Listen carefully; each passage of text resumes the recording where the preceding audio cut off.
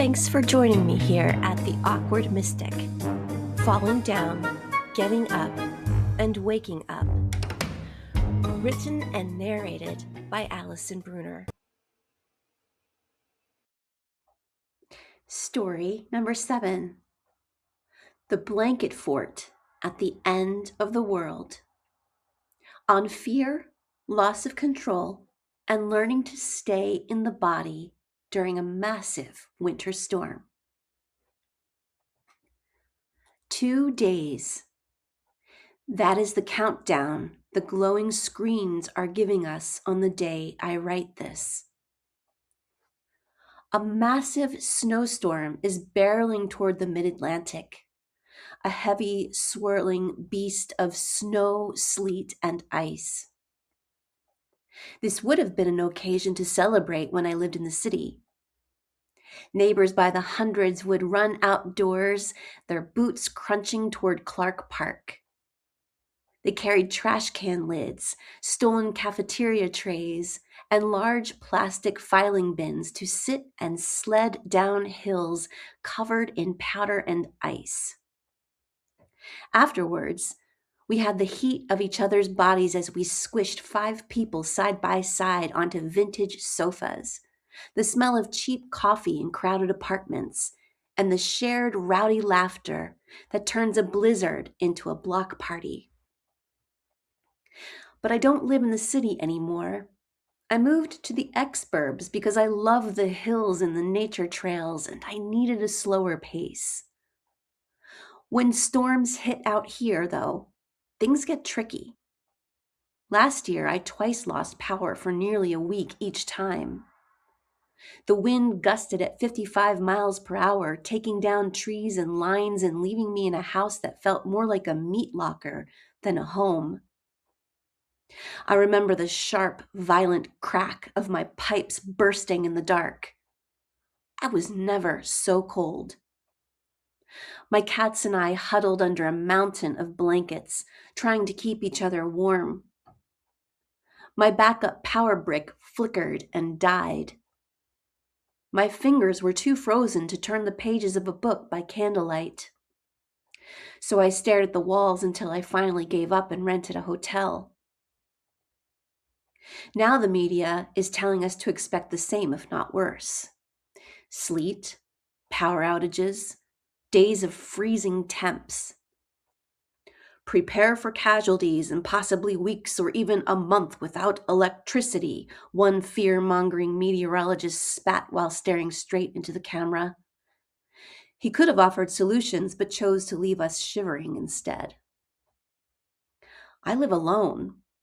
I have prepped as much as I possibly can. I have gallons of water, non-perishable food, and battery-operated lanterns. I have identified the one interior room, my bathroom, where I plan to build a blanket fort on top of sofa cushions if the mercury drops. I created a makeshift heating range with candles, a baking pan, and a metal rack to heat food in a saucepan. I'm not afraid of freezing to death or starving. I'm afraid of losing control. This is one of the greatest lessons I came into this life to learn. How to release my grip. How to regulate a nervous system that has been wired for survival since birth. I'm facing electricity that looks more like quivering in my limbs and tells me my body is bracing for impact.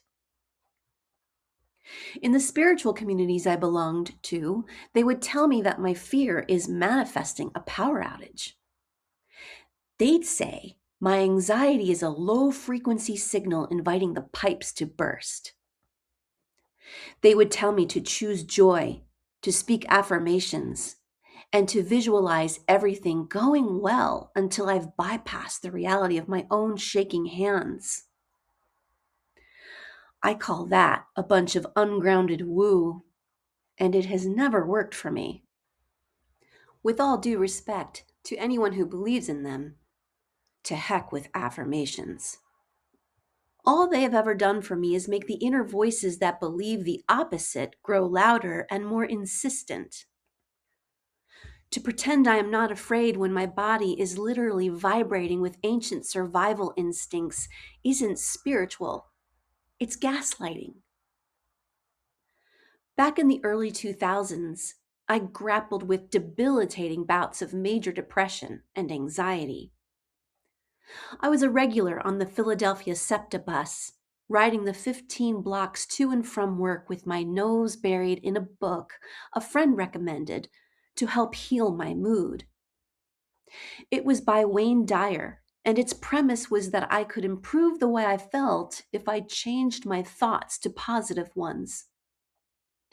The bus smelled of damp coats and exhaust, but I was breathing in the fresh air of possibility that I could think my way out of feeling.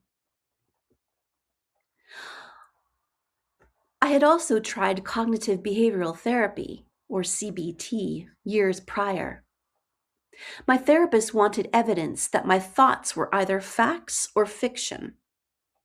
Somehow, it was supposed to make me feel better if I recognized that my thoughts lacked validity, when in fact, it was a polite way of being told my feelings were irrational. But my body didn't care about evidence. My body was the storehouse of 1,000 years of ancestral trauma. But for some reason, I gave more credence to Dyer's claims because he was a spiritually minded self-help guru. Mustn't he hold ancient wisdom or a secret key to releasing the human from suffering? I mean, his book was a bestseller after all, and he'd appeared on the Merv Griffin Show, The Tonight Show, and The Phil Donahue Show. Then again, CBT was also considered the gold standard of therapy. Yet I find very few people who can admit that it healed them from anything. Eventually, most clients give up, get medicated, or seek therapists who offer very different modalities. I know this because, as a somatic psychotherapist years later, most of my clientele consisted of CBT dropouts, desperate for a safe place to feel their feelings and to root out the despair where it lives in the subconscious. And our body and our emotions are the gateway to that murky underworld where all that we've repressed or distanced ourselves from in order to survive past pain and trauma lives. So once again, this approach of glorifying the power of the mind to change our reality failed, for me at least. Unfortunately, I labeled myself the failure, and my inner torment reigned once more. By this time, though, I'd been seeing a new therapist for a few years. She was trained in what I'd later adopt as my own approach to body-mind healing after I finished my master's degree in social work, the Hakomi Method of mindful somatic psychotherapy. Her name was Martha. I'll never forget her warm Virginia accent with vowels stretched just enough to feel comforting. When I told her about the self-help thought leader and the thought-stopping techniques, she laughed and asserted, "Oh, Allison, that's bullshit." I guffawed. I loved her unpolished realness. My relief was instant. She didn't want me to change my thoughts. She wanted me to meet my body. She taught me that when I was afraid, I didn't need a mantra. I needed to shake. She sat with me while my body involuntarily rocked like I was sitting on the epicenter of an earthquake. And she taught me to love all parts of myself rather than repressing them. She taught me that fear is the body's loud prayer for life. Spirit created us with these instincts. Why would we demonize them? We are wired to hold on to what is familiar, even when it no longer serves us. We are living through an era where systems are dismantling, and that ancient fear is naturally going to arise. But I've learned there's a trick to moving through it. While I honor the feeling in my body, I've learned not to indulge the fearful thoughts that follow. When we're scared, the mind wants to chase worst-case scenarios all the way to the end. I've learned to notice the thought, but then bring my awareness back to the physical feeling. I can reframe the thought by saying, this could be a great opportunity to find out how resilient and adaptable I really am. This isn't meant to shut down the emotion or pretend it isn't there. It's simply a way to stop myself from making the feeling worse with a story that hasn't happened yet. Years later, in 2005, I was reading Eckhart Tolle's The Power of Now upon Martha's recommendation. I was enthralled by the peace of the present moment. But then a relationship ended. The man I'd broken up with dropped a box of my things he'd borrowed on my doorstep. It was a final, wordless, "we're done," that provoked my unhealed abandonment wounds. My heart hammered as I paced my apartment. I called my therapist, sobbing that I was failing at being present. "You're not doing it wrong," she said. "What's causing the anxiety is your resistance to what you do feel in this now moment.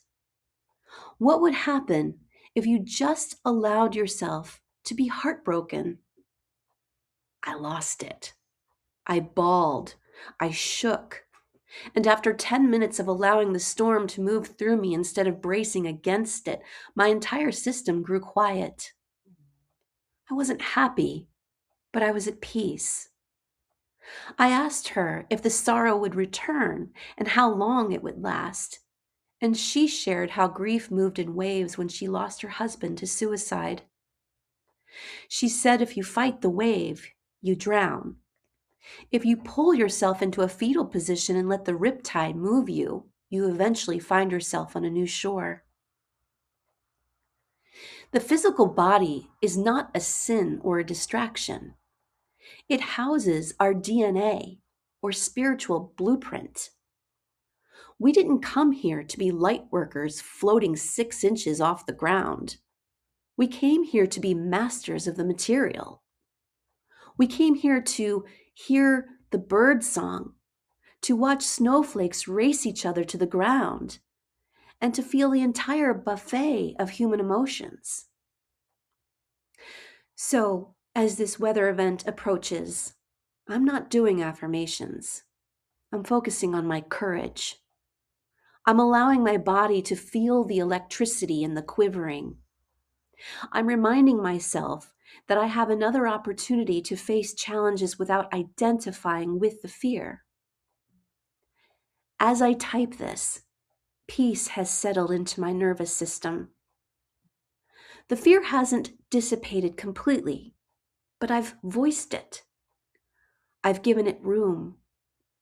I have compassion for the girl who is scared of the dark and the cold. Now I'm actually looking forward to the snow. I'm going to cook a hearty meal. And if the power goes out, I'm going to do what my little girl self would have delighted in. I'm going to live in a blanket fort lit by battery-powered fairy lights. I'm going to eat cupcakes in the dark with my cats. I'm going to draw and write and put puzzles together until the world turns back on. I didn't come here to be an airy-fairy spiritual type. I came here to root. I came here to feel. And if the process of learning is messy, so messy that I shake and cry, then let it be messy. I'll be in my fort waiting for the sunrise. If these reflections offered you some companionship, validation, or a way to understand your own experience more clearly, you're welcome to join us at Medicine Stones. You can find my writing in full archive on Substack at medicinestones.substack.com or visit AllisonBrunner.com. Until we meet again, may you be a source of comfort and self-compassion as you traverse times of uncertainty. The angels came for her at the first fall of snow. He still had the dog